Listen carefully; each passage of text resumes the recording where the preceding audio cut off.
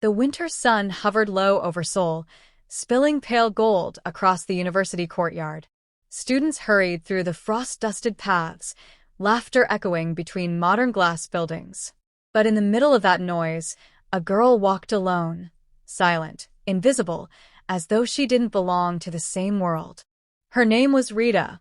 Dark ebony skin that glowed against the gray of winter, long black curls that fell down her back like a river of night. She was beautiful in a way that stopped strangers mid-step, but when her lips parted, no sound came. The silence surrounding her was deeper than quiet. It was her existence. Rita was mute, and that silence made her the university's favorite target. "Hey, did you hear?" A group of girls whispered near the vending machines. "She's pregnant." The mute girl. Before graduation. The words sliced through the air like knives. "She doesn't even talk." "How did that happen?" Another giggled cruelly. "Who would even?" Rita kept walking, eyes lowered. The whispers followed her everywhere now. Ever since her belly began to curve gently under her coat, they had become relentless. She clutched her backpack tighter, fingers trembling. Every step through campus felt like a walk through fire. She couldn't defend herself, couldn't explain, couldn't tell them that it wasn't shame or recklessness, it was love, or something she thought was love. That night, snow began to fall. The dormitory lights flickered faintly, and Rita sat on the floor by her bed, sketching in her worn notebook. Her handwriting was elegant and small, and the page read, "I miss his voice. He said he'd protect me, but he disappeared." Her hand shook as she drew the memory, a man in a dark suit, tall, broad-shouldered, his face half hidden by shadows. She shaded in the eyes last, cold and distant, the kind of eyes that didn't look, they commanded. His name was Jiren, CEO of our group, a company whose name appeared in every business headline. Ruthless, cold, untouchable. And once, he had touched her. 6 months earlier. The evening lights of Gangnam glittered across the glass windows of the hotel rooftop. Rita stood in her maid uniform, holding a tray of champagne glasses. She worked part-time here, silent and efficient, earning money for tuition. "Careful," one of the staff hissed as she passed by a group of executives. "That's the CEO of our group, the one who never smiles." Rita didn't look up.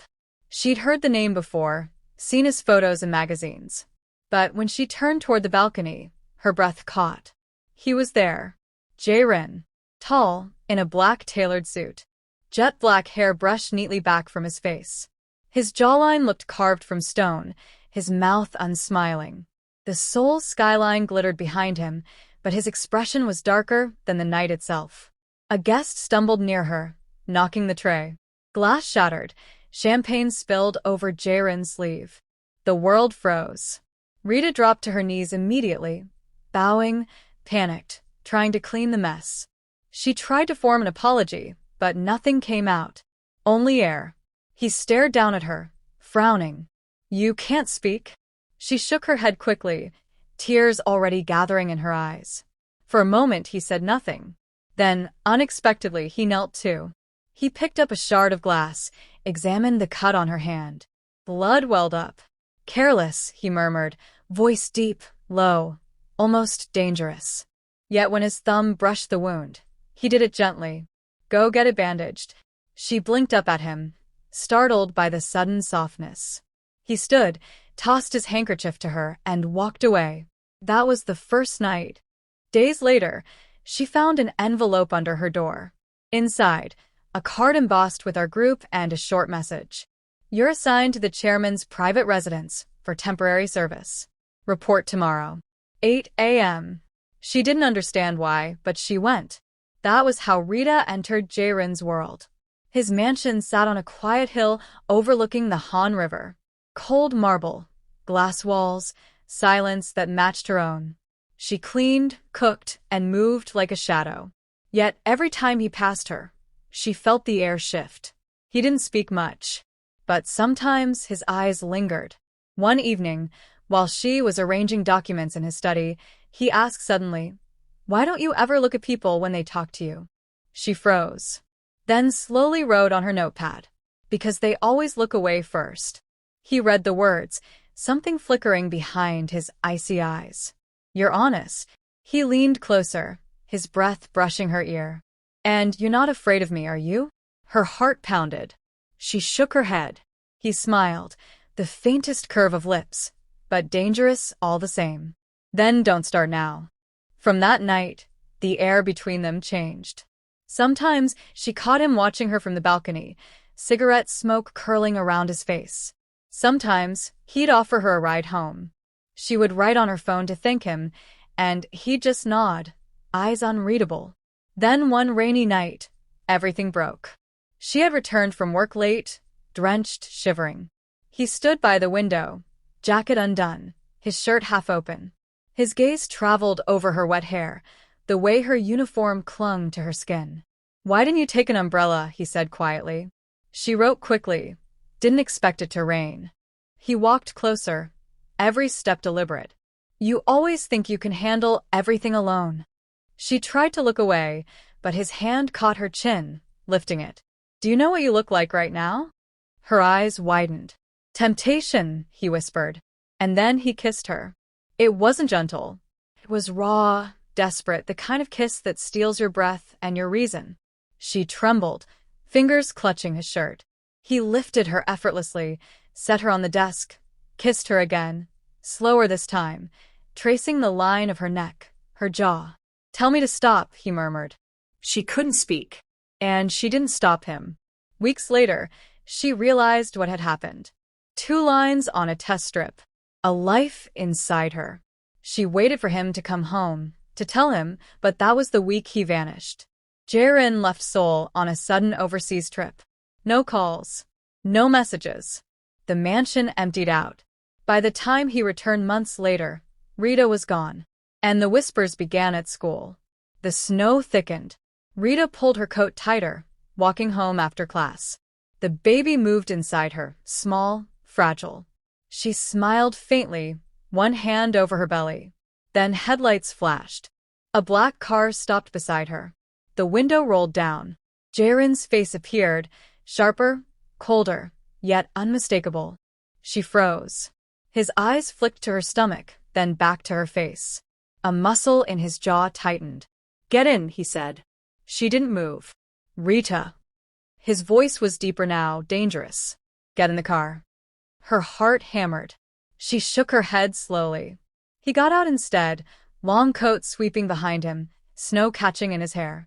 He stopped inches from her, towering over her trembling frame. His voice dropped to a whisper. Whose child is it?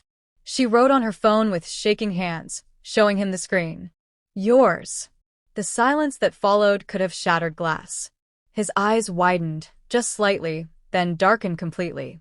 Mine. She nodded. Jiren exhaled sharply, turning away, as though fighting the storm inside him. When he faced her again, his voice was low, controlled, deadly. You should have told me. She typed again. You left. He stepped closer, until his breath brushed her cheek. And you still think I'd let you go now? Rita's pulse quickened. Snow swirled between them. The air burned. For the first time since he'd vanished, she saw it. The same hunger, the same dangerous tenderness in his eyes. His hand rose slowly, brushing the tear from her cheek. Come back with me. She shook her head, stepping back. But Jiren only smiled faintly, the kind of smile that promised she wouldn't have a choice. And just like that, her silent world began to tremble again. The man she loved, the one who left, had returned. And this time, he wasn't going to let her disappear. The wind cut through Seoul like glass when the black car pulled away from the curb. Rita sat in the back seat, hands resting over her belly, eyes on the reflection of Jiren in the tinted window.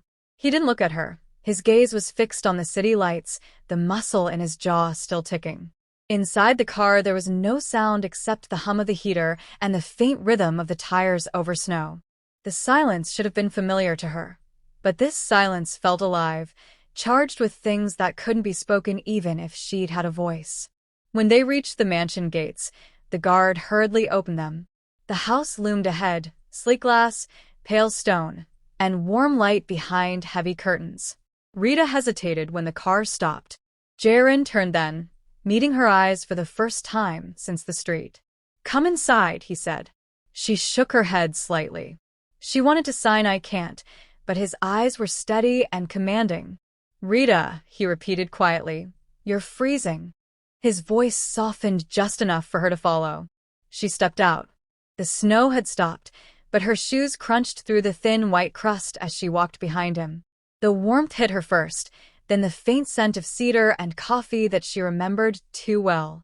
Everything looked exactly as she had left it months ago, except emptier, colder. He took her coat, hung it without a word, and gestured toward the sofa near the fire. "Sit." She did. Her fingers fidgeted over her phone before she finally typed a single word and held it up. "Why?" He looked at the screen, then at her. "Why what?" She typed again, slower this time. "Why bring me here?" Jiren exhaled, rubbing a hand across his forehead. "Because you're carrying my child." The words made her heart stutter. He said it so simply, like a fact, not a confession. He crossed the room, poured a glass of water, and placed it before her. "You should have told me the moment you knew." She shook her head, reached for her phone again. "You disappeared." "I had business overseas," he said. "You knew what my life was." Rita looked down. Her throat ached with words that would never form. When she didn't answer, Jiren crouched beside her. His voice dropped. "Do you think I wouldn't have taken responsibility?" Her eyes lifted to meet his. In them, he saw the hurt he hadn't expected. "I thought you didn't want me." The text on her screen made him flinch almost imperceptibly. He looked away, straightened slowly. "I never said that." "You didn't have to." For the first time since she had met him, Jiren had no reply. He moved to the window, watching the snow start again. Behind him, Rita's reflection sat small and still. His mind spun back to that night, the rain, the taste of her lips, the way she'd trembled against him. He had told himself it was a mistake, a moment of weakness. But seeing her again, seeing the quiet strength in the curve of her shoulders, the truth hit harder than he wanted to admit. She wasn't weakness. She was the only thing that had felt alive. "Stay here for tonight," he said finally without turning around. "We'll talk in the morning." Rita hesitated. "And then?" "Then we'll decide what happens next." Rita lay awake in the guest room, staring at the ceiling. The baby shifted inside her, a tiny reassurance in the dark. From somewhere down the hall she heard faint footsteps, measured, pacing, the sound of Jiren thinking. She turned on her side and pulled the blanket closer. Her heart wouldn't calm. The mansion felt less like shelter, more like a cage made of memories. In the study, Jiren poured himself a drink he didn't touch. He had spent his life controlling outcomes, silencing emotion with logic. Yet nothing about this woman fit logic. He remembered her silence at the hotel, the blood on her hand, the way she'd written thank you even as she trembled. And now, pregnant, still proud, still silent. He pressed his palms to the desk and muttered under his breath, "You should have told me, Rita." When he came downstairs, she was in the kitchen making tea. Steam rose around her like a halo. She moved gracefully despite the small bump beneath her sweater. He stood in the doorway for a long moment before speaking. "You remember how you used to make coffee for me here?" She turned, nodded once. "I couldn't drink it after you left." The confession slipped out before he could stop it. Her eyes widened slightly. She picked up her phone. "Why?" "Because it didn't taste right," he said. "Because you weren't here." The silence that followed wasn't heavy anymore. It was fragile, trembling with something unspoken. He walked closer, took the cup from her hands, and set it aside. His fingers brushed hers. Warm, careful. "Let me take care of you," he said quietly. Rita hesitated. The memory of the gossip, the fear of being used, flared in her chest. But his gaze was steady, softer than she remembered. "You'll leave again," she wrote. He shook his head. "Not this time." Before she could pull back, he reached up, brushed a curl from her face, and kissed her forehead, a brief, gentle touch that made her eyes sting. "Let me prove it," he whispered. That day he called his assistant, arranged private prenatal appointments, hired a nutritionist, and announced a sudden leave from public appearances. The media would not know, not yet. In the afternoon, he drove her to the hospital himself. People stared. His reputation preceded him, but he ignored them all. Rita kept her eyes on her phone, typing short answers to the nurse's questions. When the doctor turned the screen toward them, a faint heartbeat pulsed in grayscale. Rita smiled. Jiren froze. For the first time in years, his composure broke. He reached out, fingers hovering above the screen. "That's ours." She nodded, tears slipping down her cheeks. He swallowed hard.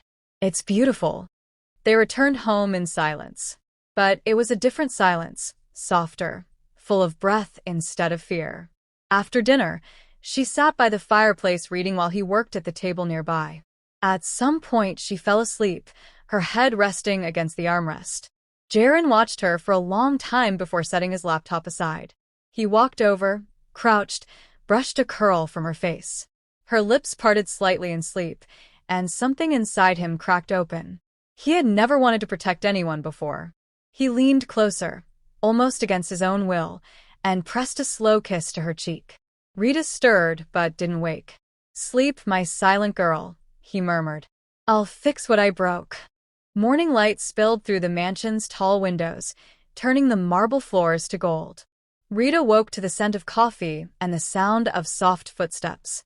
For a moment she forgot where she was, then memory returned.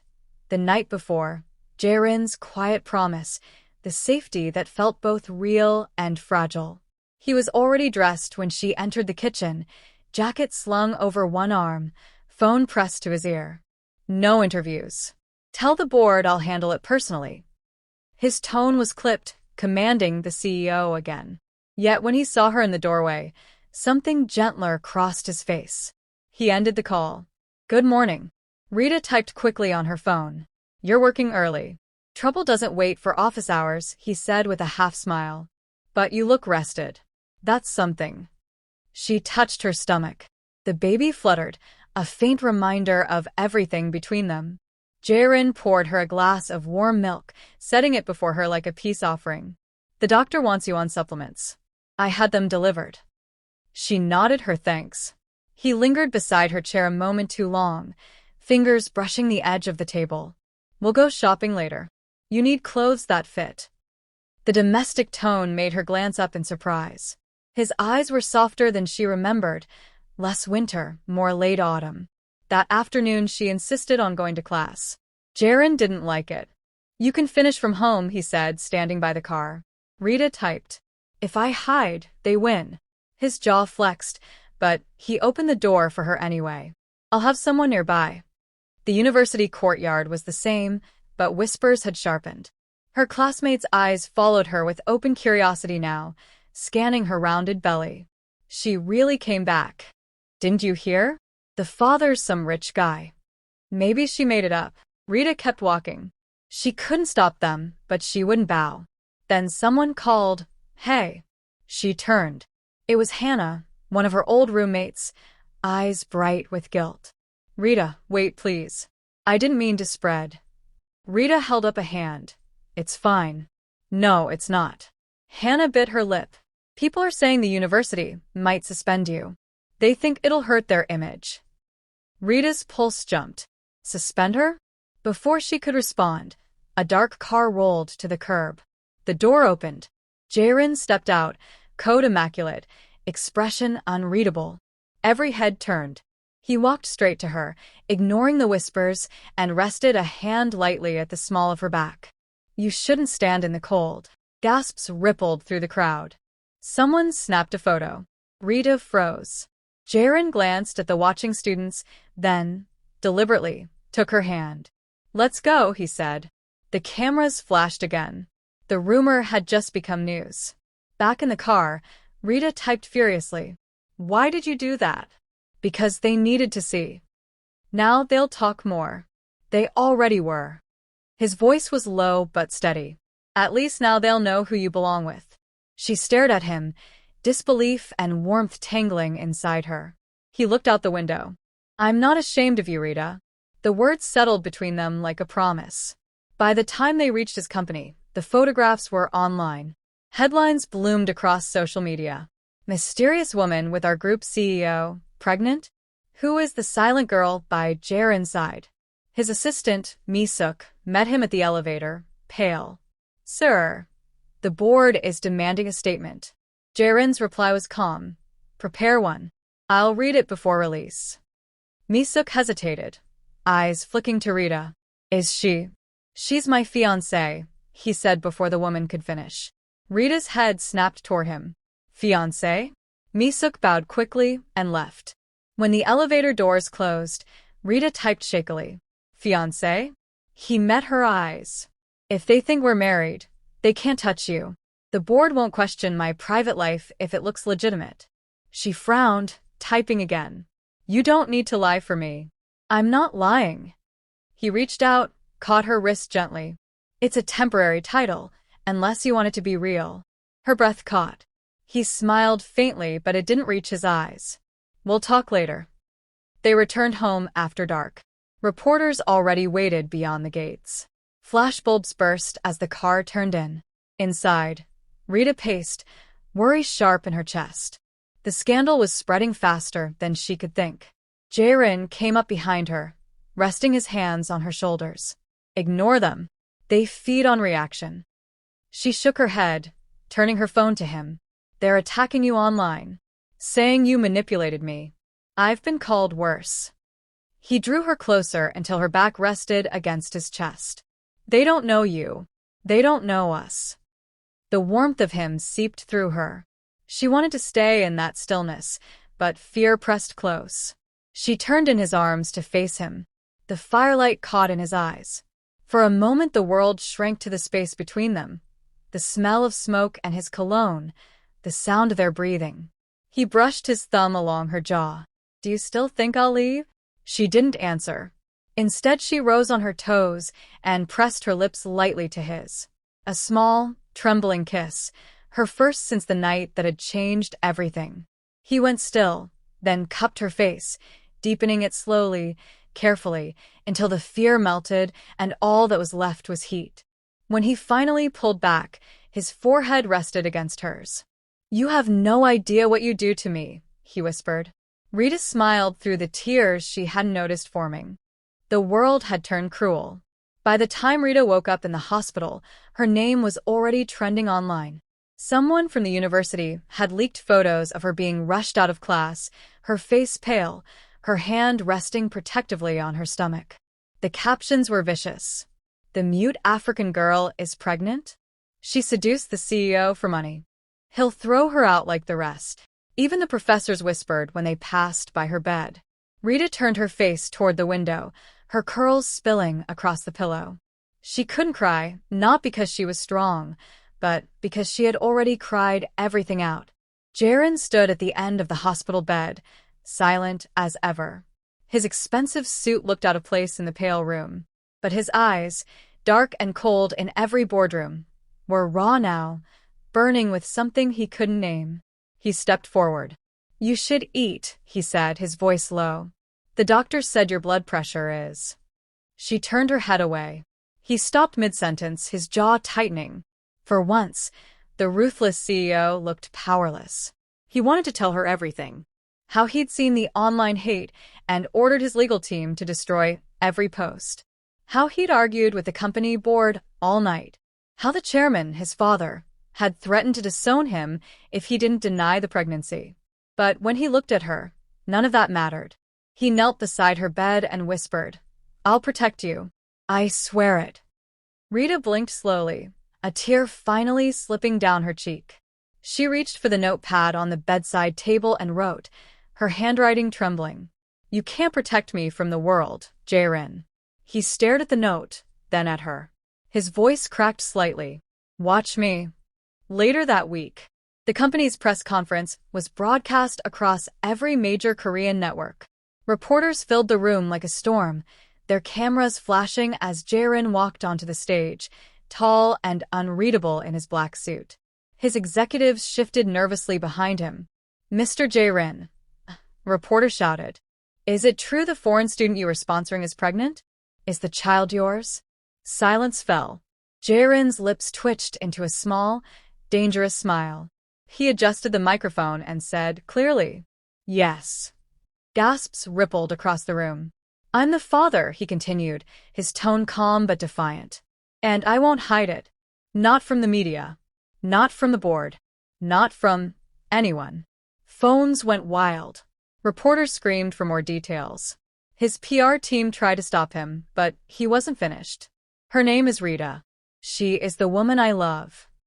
That night, chaos ruled the internet again, but this time, something was different. Clips of Jiren's confession went viral. Comments turned from hate to awe. He said he loves her? He's risking his company for her. That's actually kind of romantic. At the hospital, Rita watched the video on her phone. She didn't move for a long while. Her heart beat slowly, painfully, like it was learning to trust again. When Jiren entered the room, she didn't look up immediately. But when he sat down beside her and reached for her hand, she didn't pull away. He took her fingers gently. "You watched it?" She nodded, tears gathering again. "I meant it," he said softly. "Every word." Rita wrote something on her notepad and showed it to him. Why? "Why would you ruin everything for me?" He smiled faintly. "Because before you, I had everything but felt nothing. Now, even if I lose it all, I have something real." She stared at him for a long moment, and then, slowly, she lifted her hand and touched his cheek. For the first time, she let herself feel it. The warmth, the safety, the pulse she'd been fighting for so long. He leaned closer, his forehead brushing hers. "You don't have to speak, Rita," he murmured. "I can hear you just fine." And when he kissed her, slow, trembling, desperate, it wasn't the kiss of a man trying to own her. It was the kiss of a man trying to deserve her. 8 months later, the sound of newborn cries filled the small, sunlit room. Jiren stood frozen, staring at the tiny bundle the nurse placed in his arms. The baby's skin was a soft, deep brown, with a tuft of black curls already forming at the top. "She's perfect," he whispered. Rita smiled weakly from the bed, her curls damp with sweat, her dark eyes shining with exhaustion and joy. She signed something weakly with her hand, her first time signing to him since the night she lost her voice as a child. Ours. He looked down at the baby again, a shaky laugh escaping him. Ours. 2 years later, a gentle spring breeze swept across the park. Children laughed, chasing bubbles. Rita sat on a blanket under a cherry blossom tree, her daughter giggling in her lap. Her laughter was silent, but her joy filled the air. Jiren approached with 2 cups of coffee. He wore a simple white shirt, no bodyguards, no company badge, just a man who'd finally found peace. He sat beside her, watching their daughter try to catch the petals falling from above. "You know," he murmured, "I still can't believe any of this is real." Rita smiled, tapping her chest. Then she took his hand and placed it over her heart. He understood. "It's real." He leaned closer, kissing her temple. "I love you." She wrote on the small notebook she still carried out of habit, though she rarely needed it anymore. "I know. You showed me." And as the wind carried the cherry blossoms around them, Rita looked at the life she once thought she'd lost and realized that silence had never been her weakness. It was her strength. Because love, when real, didn't need words.